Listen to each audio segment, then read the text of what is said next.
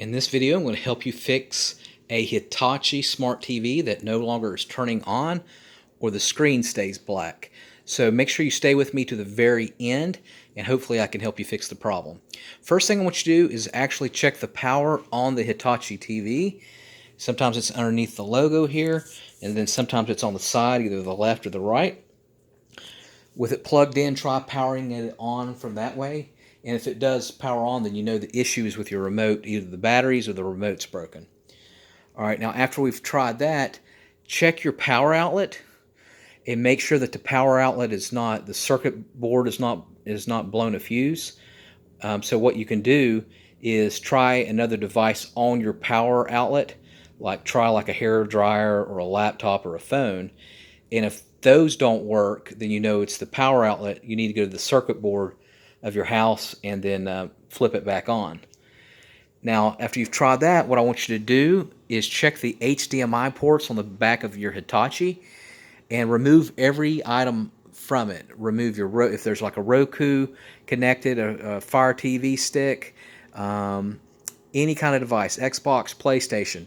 Remove everything except the power cord and then see if it works. A lot of times something on the HDMI will actually trip up the power, and then you know that there's an issue with the device.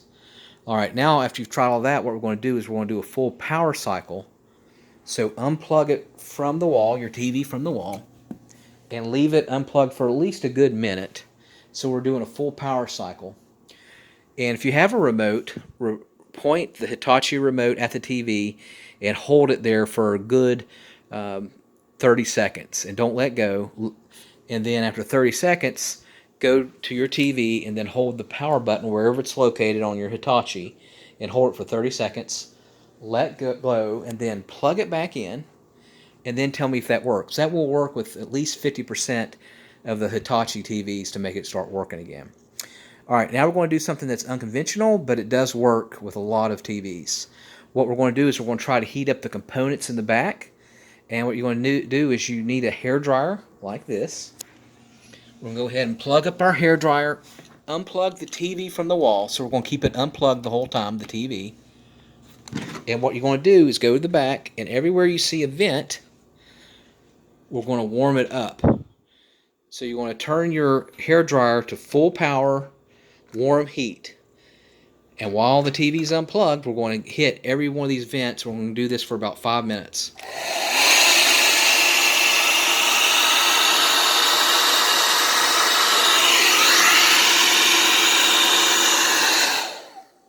Okay, after you've done that, give it a good 30 minutes and let it cool down and see if that will fix the issue.